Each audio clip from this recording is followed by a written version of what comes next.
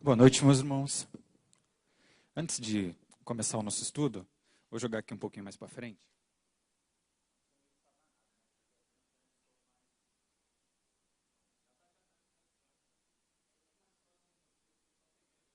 O pessoal vindo cada vez mais profunda. Eu vou atrás de vocês, né, irmão?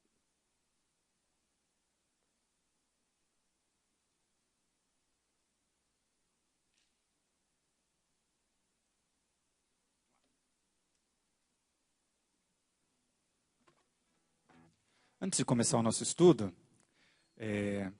gostaria de agradecer, né, tudo que já foi dito. E eu fico muito feliz com a oportunidade de estar com jovens, né? Eu peço para a igreja que esteja orando. Sexta-feira nós estamos indo para Leme para realizar o nosso acampamento dos jovens, adolescentes, junto com a igreja de Leme, que também é um pastor amigão nosso, que é o Laci. Então nós vamos estar juntos, que Deus esteja guardando, né, que nada de mal aconteça com nenhum de nós que vamos estar naquele local. E a música que eu gostaria que a gente cantasse agora mesmo assentados é Grande é o Senhor. Acho que todo mundo conhece, né? Grande é o Senhor e muito digno. Não sei se vai projetar a letra, mas a gente vai bem calminho, a gente vai...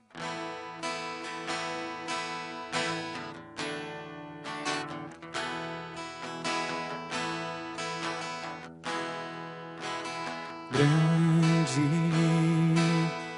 é o Senhor e muito digno de louvor. Na cidade do nosso Deus, o santo monte, a alegria de toda a terra.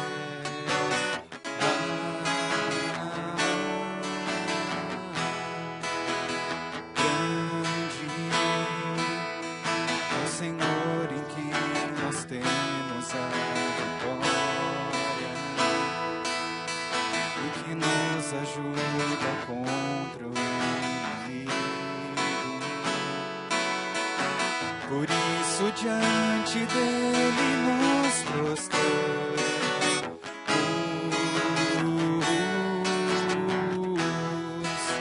Queremos o teu nome engrandecer e agradecer-te por tua obra em nossas vidas. Confiamos em teu infinito amor, pois só tu és o Deus eterno sobre toda a terra e céu.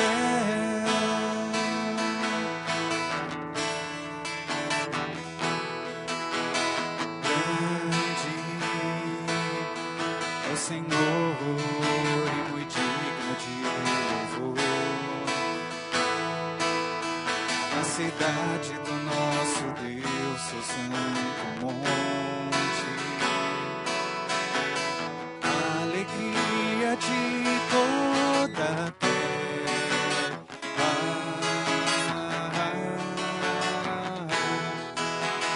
Grande é o Senhor em quem nós temos a vitória e que nos ajuda contra o inimigo. Por isso diante dele nos prostramos.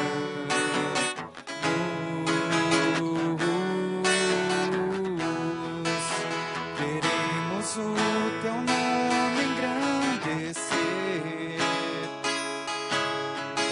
e agradecer-te por tua obra em nossas vidas.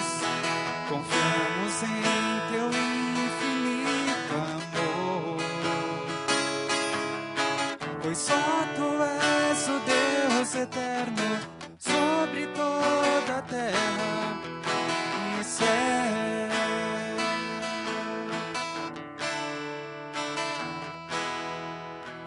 E céu. Senhor Deus e Pai, muito obrigado por esse dia, ó Pai. Obrigado por tudo que o Senhor tem feito por nós. E é por isso que nós estamos aqui, ó Deus, por isso que nós estamos alegres. Que o Senhor continue a nos abençoar no restante dessa noite. Que o Senhor venha com o teu Espírito, ó Pai, a falar conosco, ó Deus. e que a gente possa aprender mais de Ti, ó Pai, através da Tua palavra que o Senhor escolheu revelar para nós. É o que eu te peço e te agradeço, em nome do Teu Santo Filho Jesus. Amém. Pode se assentar, gente.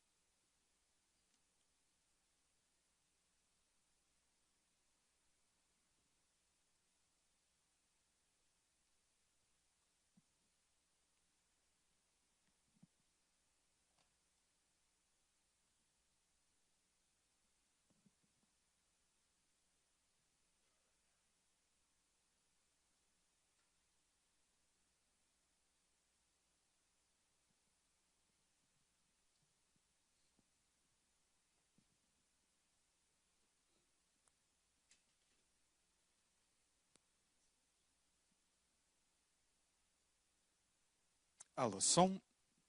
Tá todo mundo me ouvindo, né? Então tá bom.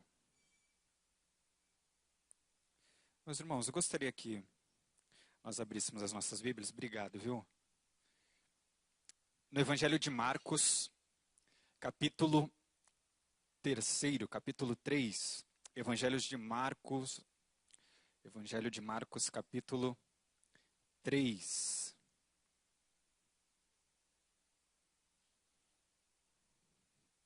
Evangelho de Marcos, capítulo 3.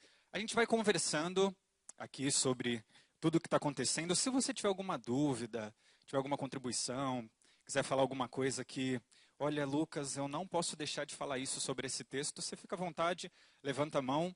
Se eu apontar para você, significa que eu vi, você pode abaixar sua mão e aí a gente passa a palavra para você, a gente vai conversando, vai contribuindo cada um com o que a gente puder aí para construir um pouquinho mais sobre esse texto, que é um dos textos que eu mais gosto, de extrema importância para o desenvolvimento do Evangelho de Marcos. Vamos lá. A Bíblia diz assim: noutra ocasião, ele, Jesus, entrou na sinagoga, estava ali um homem com uma das mãos ressequidas. Alguns deles, obrigado.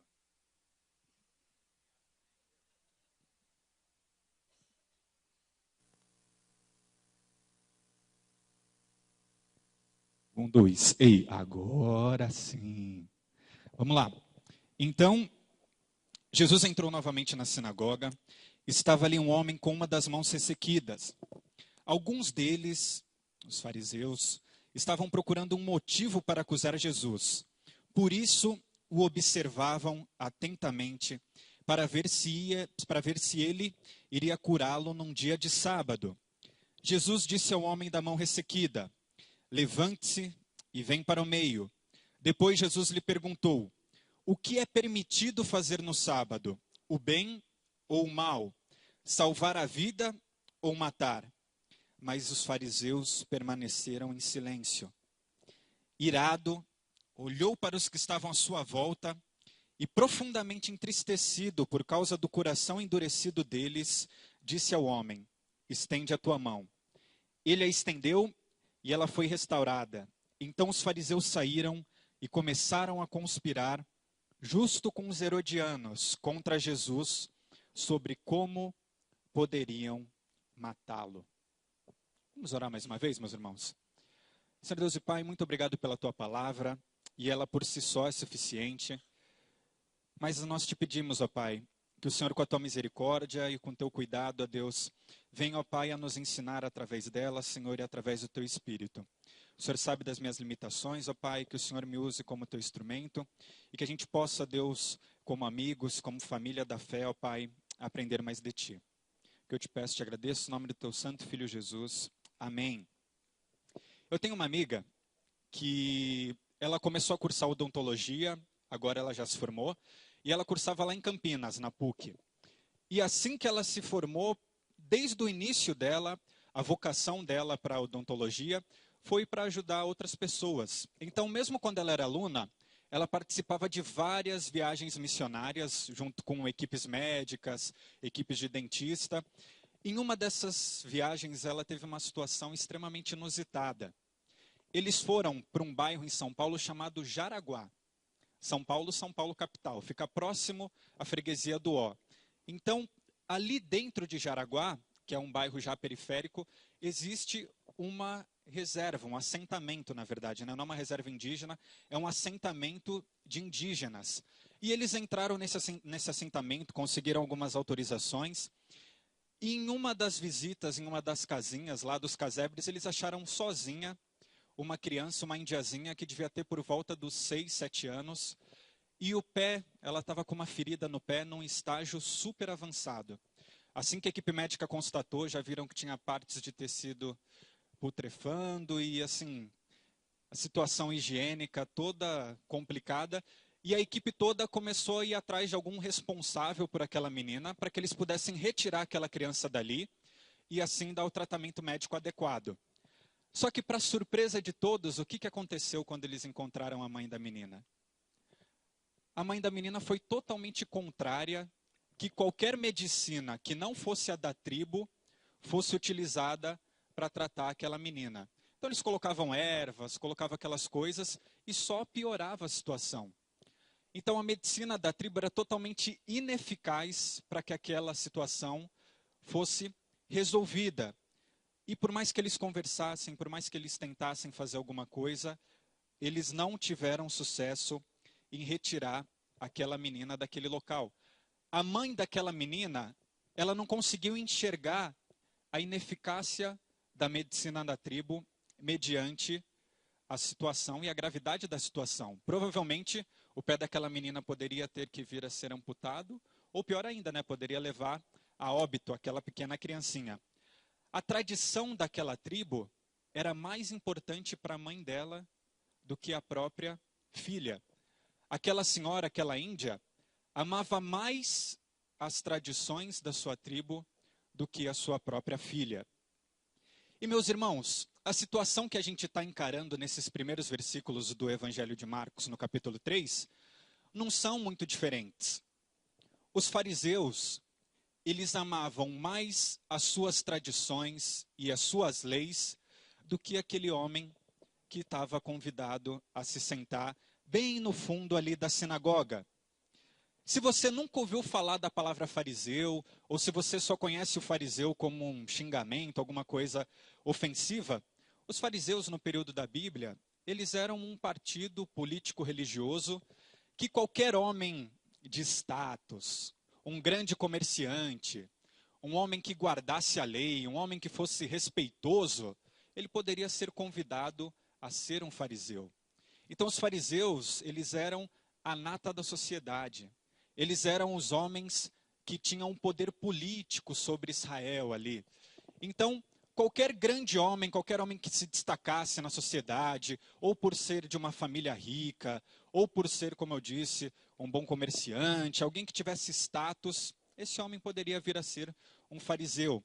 E os fariseus, eles guardavam a lei de uma maneira tão zelosa que eles acreditavam que muito provavelmente o Messias deveria vir de um fariseu. Eles não admitiam o julgo romano sobre os judeus. Eles eram aqueles homens que falavam assim, não, os judeus são a nata da sociedade e eles colocavam as leis acima de qualquer situação. Mas a gente está falando do Evangelho de Marcos. E Marcos é um evangelho extremamente especial, como todos os outros, mas Marcos tem algumas chaves de leitura. O primeiro versículo de Marcos, ele é fundamental para tudo que vai acontecer no restante do livro. Se você quiser já começar a entender como Marcos caminha, ele já conta um segredo que é uma chave de leitura para nós, leitores que estamos recebendo o evangelho. É o princípio do evangelho de Jesus Cristo, o Filho de Deus. Acabou. Você, leitor, a partir do momento que você começou a entrar em Marcos, você já sabe que quem é Jesus? O Filho de Deus. Os fariseus não sabiam disso, as pessoas, os discípulos que vão estar dentro do livro não sabem disso, por isso que Marcos várias vezes vai tentar responder essa pergunta. Várias vezes os discípulos vão perguntar, quem é esse? Você, leitor, já sabe, ele é o Filho de Deus. Mas as coisas que estão acontecendo ali vão demonstrar cada vez mais que isso é verdade. E o nosso texto começa falando assim, noutra oportunidade, era sábado, e Jesus começa a entrar na sinagoga. Se nós lembrarmos a primeira passagem de Jesus na sinagoga, em Marcos, logo depois que Jesus é batizado, ele é levado pelo Espírito Santo, fica 40 dias no deserto. Quando ele retorna, o que ele vai fazer? Vai ensinar na sinagoga. Está tudo ali, capítulo 1, capítulo 2 e tal. E assim que ele começa a falar, o que acontece? Se levanta um endemoniado na sinagoga e ele fala: Jesus é você, filho de Deus. Ou seja, duas pessoas já sabem. O leitor já sabe que Jesus é o filho de Deus e os demônios também sabem que Jesus é o filho de Deus. Mas o que é mais interessante na situação é onde que esse demônio se manifesta. Que local? Dentro da sinagoga. Então esse é o início de um conflito que só vai terminar, só será concluído no final do Evangelho de Marcos. Então, desde o começo, Jesus entra na sinagoga e ele já tem um conflito com o demônio. O que acontece ali? A gente não sabe há quanto tempo. Não era um endemoniado, igual a gente vai ver em outras passagens. Não era uma pessoa que era um endemoniado. Não. Fala que um espírito maligno se manifesta ali na sinagoga. Então, provavelmente era uma reunião normal. Os fariseus estavam lá. E quando Jesus entra, um desses espíritos que devia atuar ali no meio daqueles homens há muito tempo se manifesta e Jesus expulsa aquele demônio. Então, começa dali já o conflito de Jesus com os fariseus. Os fariseus, eles adoravam pegar as pessoas que se diziam mestre e testá-los. Só que Jesus era diferente. João Batista já tem um tratamento diferente com Jesus. Como que João Batista chama os fariseus? Raça de víboras. Ele não tinha o zelo pelos religiosos. E ele fala assim, olha, o homem que está por vir, eu não sou digno nem de lhe atar as sandálias. Então Jesus já é apresentado como um homem totalmente diferenciado. E os fariseus começam a tentar pegar Jesus de algum jeito. Esse homem deve ter alguma falha. E aí eles tentam indagá-lo sobre as coisas da lei e fala que Jesus ensina com uma autoridade que eles não conhecem. E eles tentam pegar Jesus de alguma forma e eles não conseguem de nenhuma maneira diminuir a importância de Jesus. Pelo contrário, ele começa a realizar milagres, ele expulsa os demônios, e ao contrário dos que se diziam Messias, ele não cobra nada em troca, ele não pede, muito pelo contrário. Se ele realiza alguma coisa, ele fala, olha, nem fala que fui eu que realizei. E mesmo assim as multidões começam a segui-lo, e aí acontece um evento um pouquinho antes do texto que a gente leu. Era um dia de sábado, e fala que os discípulos começam a colher o que sobrava da colheita, e eles não lavam as mãos, eles não têm os hábitos religiosos, e os fariseus tentam repreender Jesus, e Jesus fala, eles estão comigo, eu sou o Senhor do sábado. Quando os fariseus ouviram isso, eu sou o Senhor do sábado, acendeu uma luz na cabeça deles, por quê? 3 coisas diferenciavam os judeus dos demais povos. 3 coisas que a gente pode falar assim, ó, esses eram o orgulho dos judeus e de alguma forma até hoje o são. Primeira coisa, circuncisão. Vai ser a batalha do cristianismo até o fim das cartas de Paulo. Então, para você ser considerado realmente um judeu, o homem teria que ser circuncidado. Segunda coisa que diferenciava os judeus, a dieta. Os judeus tinham restrições alimentares, então o judeu não comia o porco, não comia uma série de coisas. Desde os pais lá do deserto, desde os levíticos, eles mantinham e mantêm essas tradições até hoje. E o terceiro, que era o orgulho máximo, o dia do sábado. O judeu foi criado na cabeça, né? Assim, eles creem que foram criados para quê? Para guardar o sábado. Então esse era um dos orgulhos máximos do judeu. Se você perguntasse para um fariseu qual que é o fim principal da sua vida, ele ia falar guardar o sábado. Guardar corretamente o sábado. Israel foi criado para isso. E Jesus fala assim, olha, eu sou o Senhor do sábado. Aí eles, pronto, a gente já sabe como a gente vai pegar Jesus. Se você caiu uma vez na lei, a lei ainda é compassiva. Agora, se você cair a segunda vez na lei, você é digno de julgamento. E aí a gente pode voltar para o nosso texto no capítulo 3. É novamente outra ocasião, ele entra na sinagoga, estava ali um homem tinha ressequida uma das mãos. Versículo 2. Alguns deles estavam procurando um motivo para acusar Jesus. Por isso o observavam atentamente para ver se iria curá-lo no dia do sábado. Esse homem, meus irmãos, Lucas fala que a mão direita, que a mão atrofiada desse rapaz era a mão direita. E faz alguma diferença se é a mão direita ou a mão esquerda? Sim e não. Por quê? De qualquer jeito, todas as vezes que essa expressão da mão ressequida, a mão atrofiada, é usada na Bíblia, ela é tida como maldição. Uma das vezes, um dos reis de Israel aponta para o altar, e aí Deus resseca a mão dele. Em outras ocasiões, só que Lucas faz questão de destacar que era a mão direita.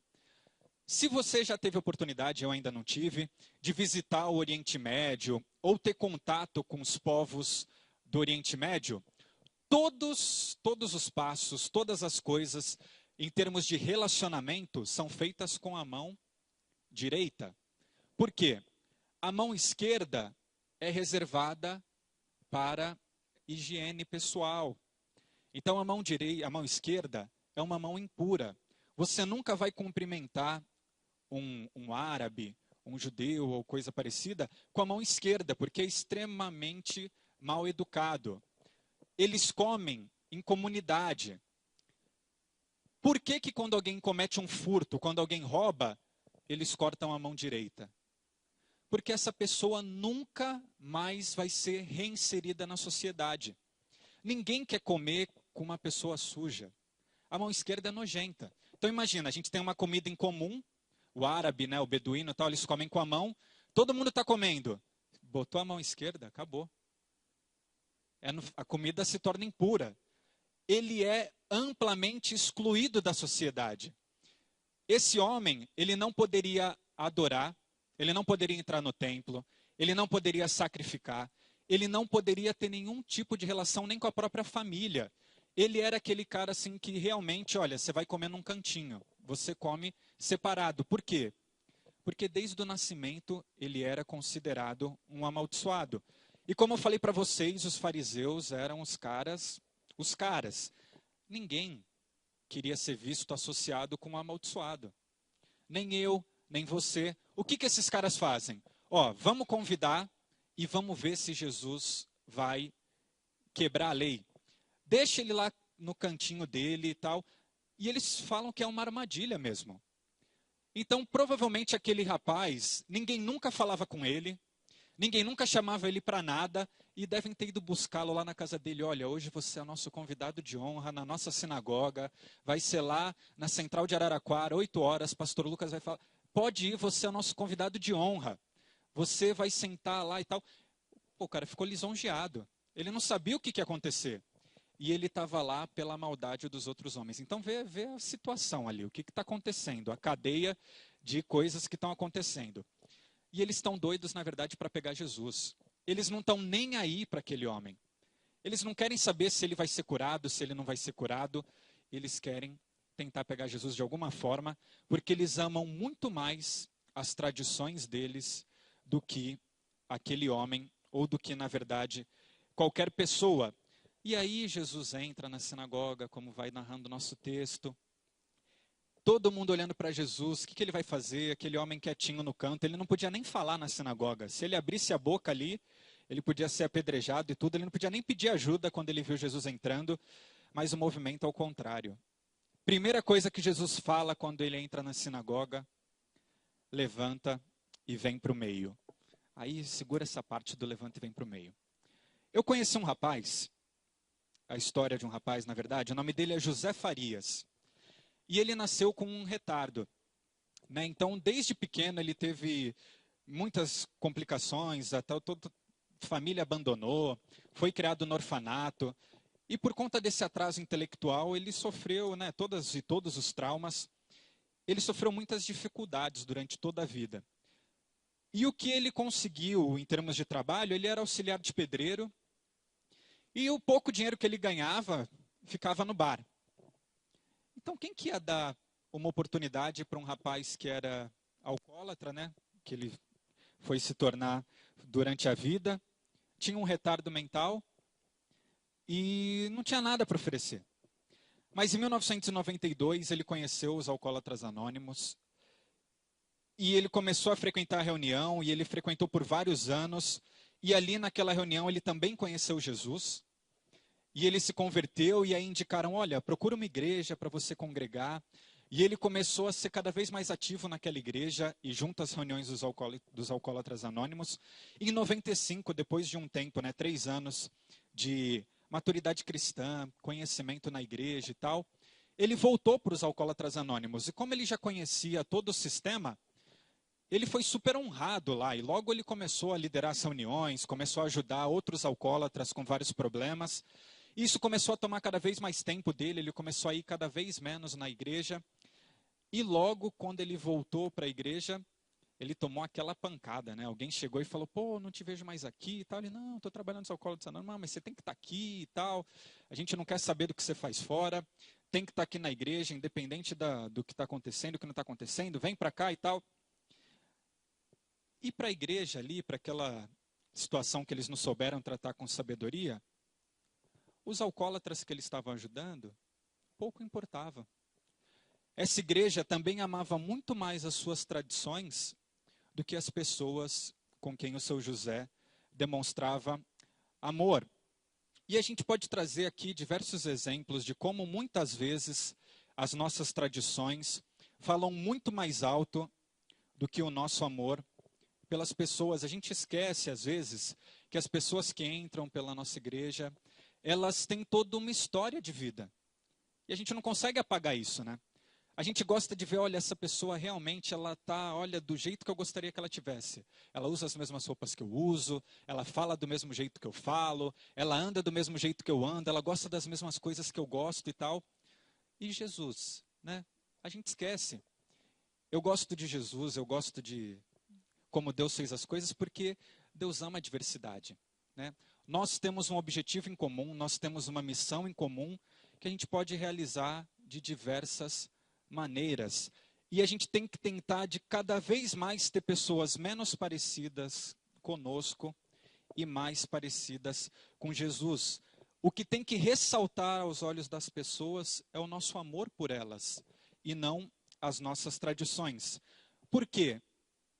Da mesma forma que acontece naquela sinagoga, as nossas tradições não podem trazer vida para as pessoas, mas Jesus pode. Jesus falou, Marcos 3, de 1 a 6, Jesus falou, levanta, vem para o meio. Quando ele falou isso, eu imagino que o coração dos fariseus deve ter pulado de alegria. Porque, ponto, ele caiu na nossa isca. Ele vai curar esse homem, acabou. Vamos condenar, vamos pegar ele, pegamos pelo pé, já era. Não é isso que acontece. Eu imagino assim, ó, aquele homem saindo do cantinho, com a mão escondida aqui atrás. Cada passo que ele dava, todo mundo olhando, até que ele chega do lado de Jesus. E o que Jesus faz? Está aí na sua Bíblia. Jesus lhe perguntou, o que é permitido fazer no sábado? O bem ou o mal?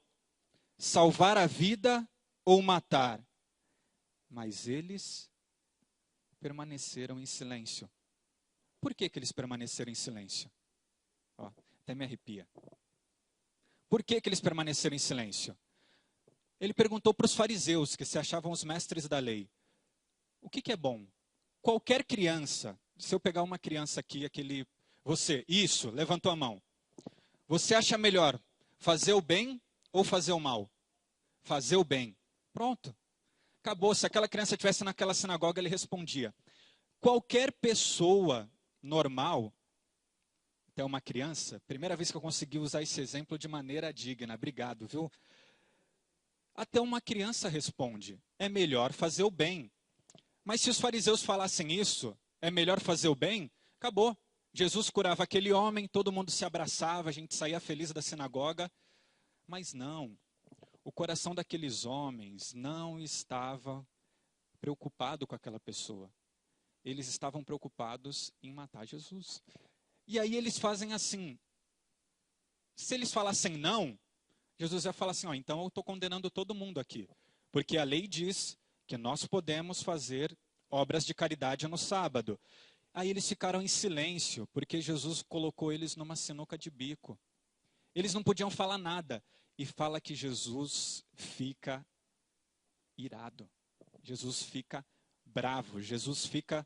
Eu creio que assim, é um sentimento meio misto de uma decepção extrema com aqueles homens e uma decepção com aquele sistema que não podia fazer nada.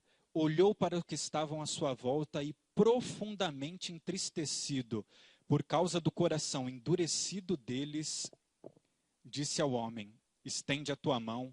Ele a estendeu e olha o que acontece, olha que coisa linda. Então imagina aquele homem, ele está ali quietinho, ele não está entendendo nada da situação. Jesus fala assim, ó, estende a mão agora. E estende para ele, meu. Coisa linda, voltei para o convívio familiar, vou poder sacrificar, vou poder entrar no templo, vou poder fazer tudo que qualquer judeu faria. Toda a dignidade daquele homem foi colocada ali diante dele de novo. E qual que seria o sentimento normal? Todo mundo ia o quê? Vamos ficar felizes, vamos se abraçar, vamos celebrar. Ó, o homem que estava separado de tudo foi restaurado e tal. Mas não. Olha o que acontece. Ele a estendeu, ela foi restaurada. Então os fariseus saíram e começaram a conspirar, justo com os herodianos, contra Jesus, sobre como poderiam matá-lo. Quais foram as perguntas de Jesus? Quais foram as perguntas de Jesus aí em cima? O que é melhor, fazer o bem ou fazer o mal? Salvar uma vida ou matá-la? Eles respondem. Marcos é lindo, né?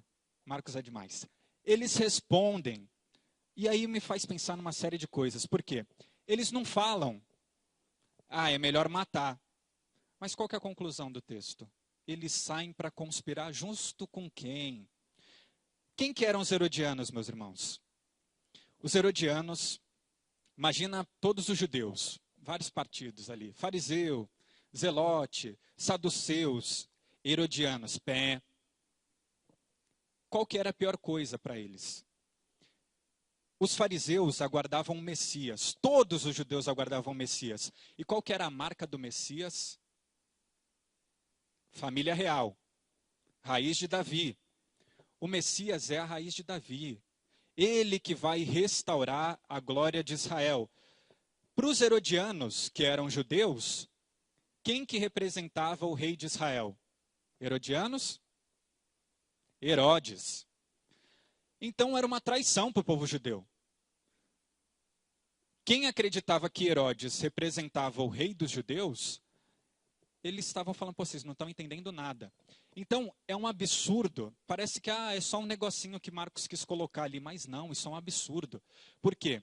Os fariseus estão negociando, ou seja, eles estão pegando, junto com assim, o que eles consideravam os judeus menos judeus, os judeus menos apropriados para conversar, para bater um papo, os judeus piores do que aquele homem, talvez, e eles vão conspirar justo com os herodianos para como que a gente vai conseguir matar Jesus.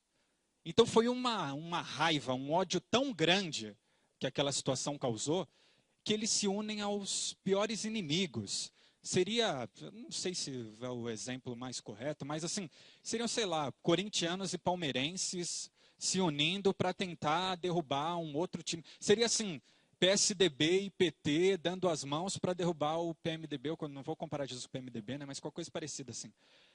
Era um absurdo. Marcos está colocando um absurdo aqui.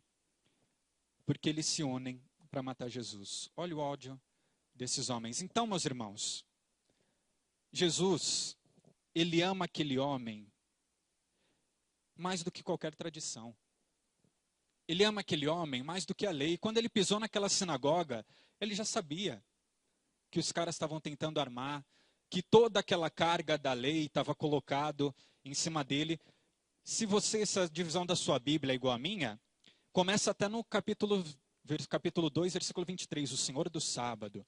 Então faz ele sabia o que ia acontecer ali, mas ele ama aquele homem muito acima do que qualquer tradição ou do que qualquer lei. Tem um exemplo aqui que eu gosto muito. Tem um coral, eu não sou um homem que gosto muito de corais, né? Mas tem um coral que é muito conhecido, que é da Igreja do Tabernáculo do Brooklyn, no bairro do Brooklyn, em Nova York. Se você já viu algum filme ou coisa parecida, todo mundo sabe que o Brooklyn é um dos bairros mais violentos do mundo, não só de Nova York. A média lá de mortes e assassinatos e uma série de coisas, tudo que tem de ruim na ilha de Manhattan entra lá pelo bairro do Brooklyn. E é uma igreja muito famosa, Igreja do Tabernáculo do Brooklyn. E para vocês terem noção, eles têm mais de 30 CDs gravados, mais de 6 DVDs e VHS, coisa parecida, mais de 6 Grammys latinos eles já ganharam. Latino não, né? Latino é gente. Mais de 6 Grammys eles já ganharam. E olha só que coisa interessante que o pastor deles fala. O coro é formado por 285 vozes, diversos países representados e diversas situações econômicas também. O coral é formado por advogado e morador de rua, enfermeiros e ex-viciados em craques, engenheiros e faxineiros. E o pastor fala assim: nenhum de nós teria se conhecido se não fosse por Cristo. Nossas origens são muito diferentes, mas todos nós temos uma coisa em comum. Todos nós fomos levantados e salvos. Assim, o coral canta não sobre uma posição teológica, não sobre uma denominação, não sobre uma série de tradições, mas sobre o que aconteceu na vida deles. Não é uma teoria, é uma realidade. Meus irmãos, nós não somos chamados para cantar uma tradição, nós não somos chamados para exaltar uma denominação, nós não somos chamados para afirmar as tradições, nós somos chamados para viver uma realidade de vida a qual Cristo nos chamou. Isso é lindo, né? Eu acho isso fantástico. Nós somos salvos por Cristo, então nós não podemos ter nenhuma tradição acima do nosso amor. Porque como Jesus fala que vão reconhecer os seus verdadeiros discípulos? Pela teologia que eles seguem? Pela maneira litúrgica? Eu não vou ficar andando muito, senão vocês também não me veem, né? Como? Está lá em João. Nisso vos conhecerão que são meus discípulos. Vocês estão demais, hein? Se vos amardes uns aos outros. Porque Jesus nos amou acima de qualquer tradição, acima de qualquer dificuldade. Lá no jardim, meus irmãos, a gente fez uma escolha. Toda humanidade representada em Adão. A gente já era imagem e semelhança de Deus e parece que Adão não entende esse negócio direito e ele tenta ser igual a Deus e aí a gente cai no pecado da independência, no pecado de tentar se apoiar em alguma coisa para mostrar que um é melhor que o outro. E esse sistema pecaminoso vem destruindo a humanidade, vem destruindo a criação, até que Deus, pela misericórdia dele, estabelece uma aliança com o homem, da qual o homem não podia cumprir uma parte da aliança. A gente pode tentar de diversas maneiras, de diversas formas, tentar cumprir, e tentar, mas a gente não vai conseguir. E aí vem o homem perfeito. Por isso que Jesus é 100% homem, 100% Deus, porque ele vem cumprir a nossa parte da aliança. E de maneira espontânea, ele se faz cruz, e ele passa pelo que eu e você nunca vamos passar. Ele toma o cálice da ira de Deus. O cálice que nem eu, nem você vamos precisar tomar um dia. Isso é demais. Todo esse sistema pecaminoso, toda essa situação que era anti-Deus, Jesus coloca sobre os seus ombros e ele fala, olha, está consumado. Ele não deixa nem um pouquinho da lei para a gente cumprir. Agora vocês são livres. Vocês são livres em mim. Então, meus irmãos, por mais bonita, por mais gostoso que seja, nós precisamos demonstrar amor para as pessoas. Por quê? Vai passar a fé, vai passar a esperança, vai passar tudo que a gente tem aqui, tudo que a gente construiu, todos os nossos diplomas, toda a nossa herança, todo o nosso dinheiro, tudo isso vai passar. Mas o próprio Deus fala que uma coisa não vai passar, que é o amor. O mesmo amor que Jesus nos demonstrou. Vamos ver uma frase aqui que eu coloquei. Jesus nos amou mais do que qualquer tradição e morreu por isso, para que tivéssemos uma vida e uma realidade a ser vivida. Que Deus nos capacite para que o amor seja a nossa maior marca e não as nossas tradições. Amém? Amém. A marca do cristão é o amor. Vocês têm alguma pergunta, alguma coisa para colocar, para acrescentar, para falar? Fiquem à vontade, ó. Tá igual a sinagoga, hein? Silêncio total. Pode perguntar, gente, pode falar. Se eu não souber, eu não tenho dificuldade nenhuma de falar. Eu não sei. Eu aprendi já a falar e é bom aprender.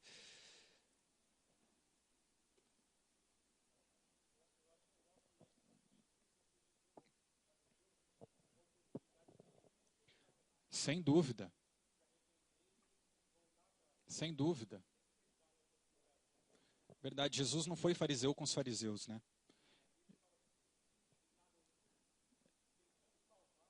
Eu deixei aberta, né? E é bem por aí, porque fala que eles que não, desde o começo, né, muito claro que eles tentam fazer tudo e eles poderiam realmente. Eles poderiam admitir, olha, não, ó, realmente a gente errou, desculpa, a gente tem que fazer o bem no sábado, mas não. Eles preferem a lei e é isso que vai ser até o fim do Evangelho de Marcos e segue outros. Lucas também é fantástico, mas eu já preguei muito Lucas esses dias aí. O pessoal acha que eu só sei pregar em Lucas, aí eu fui para Marcos hoje. Vamos lá, gente. Mais alguma coisa, alguma contribuição? Gostei muito, viu? Não tinha. Qual é o seu nome? Desculpa. Eu vou aprendendo os nomes. Ricardo. Renato, desculpa, Renato. Muito bom. Levantou a mão ali, primeiro, eu não sei, eu vi primeiro, desculpa.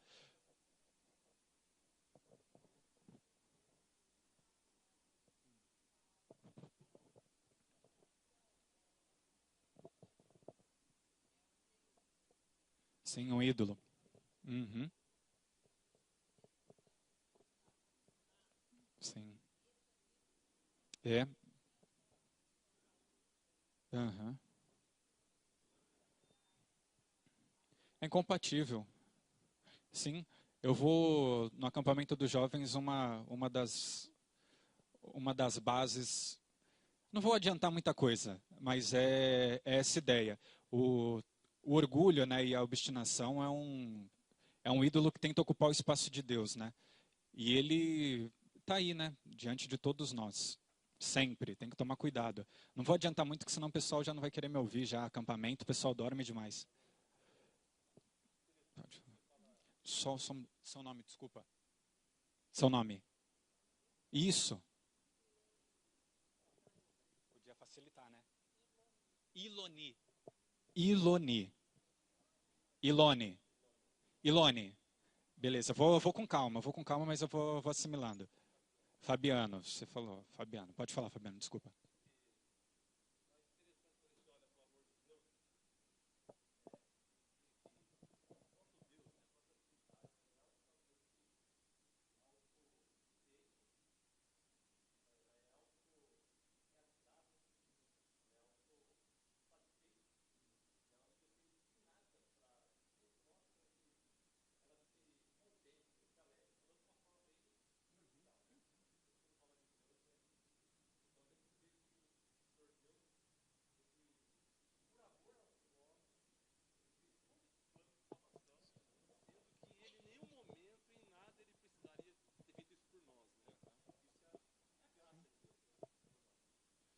O, o que é mais doido, assim, da Trindade, é que João vai falar que a gente é convidado a fazer parte disso, né?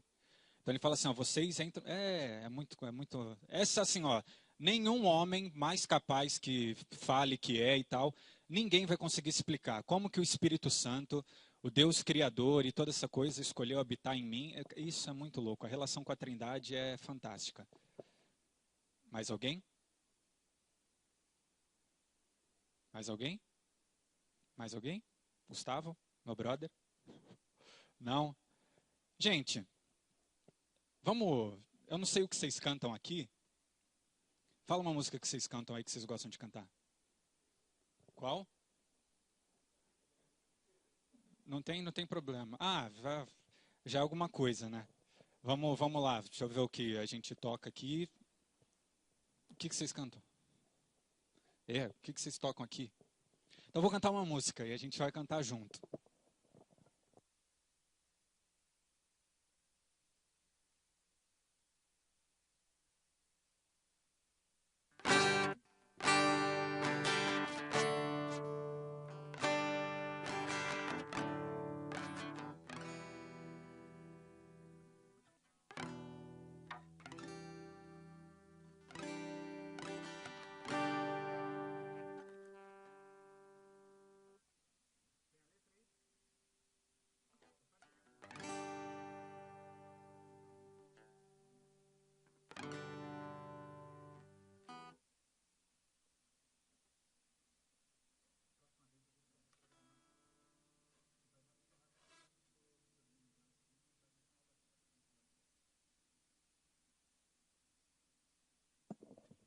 Alô, som.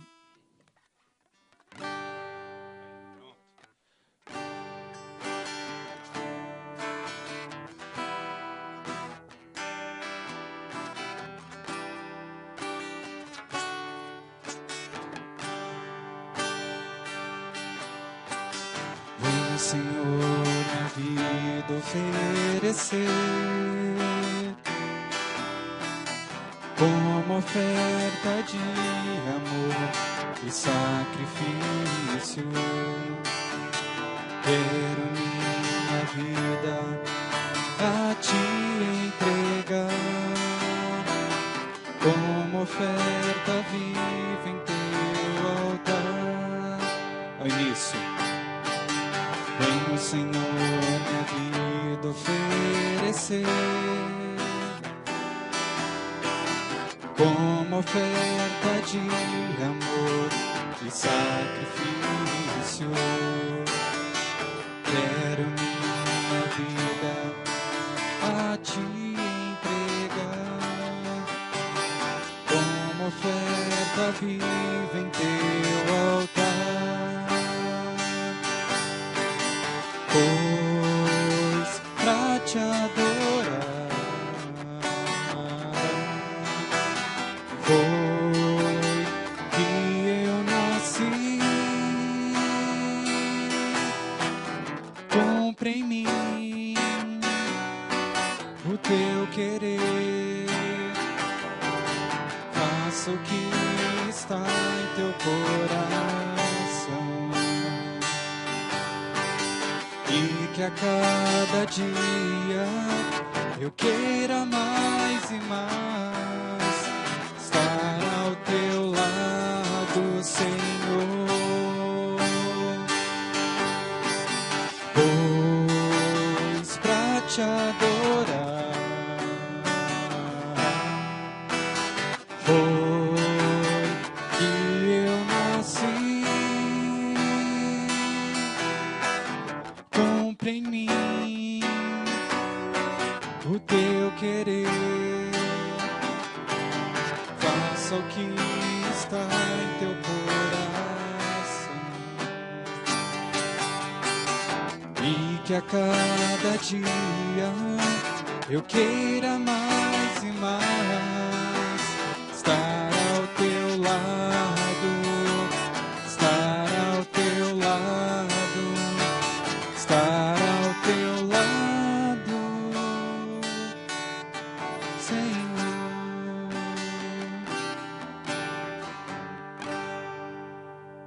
Amém.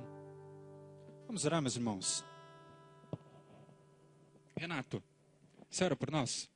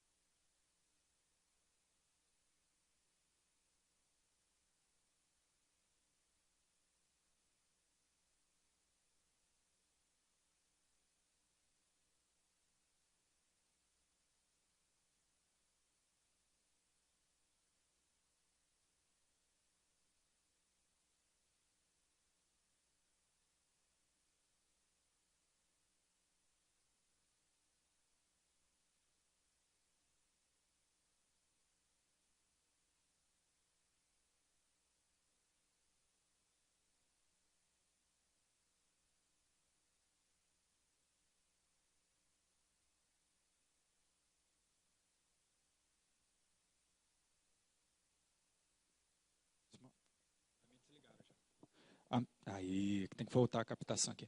Amém, meus irmãos. Está encerrado. Fiquem à vontade. Cumprimente seu irmão, quem está aí do seu lado. Se você, que nem eu, tem dificuldade para guardar os nomes, aprenda o nome dele. E semana que vem estaremos juntos, se Deus quiser. Não se esqueçam de orar pelo acampamento.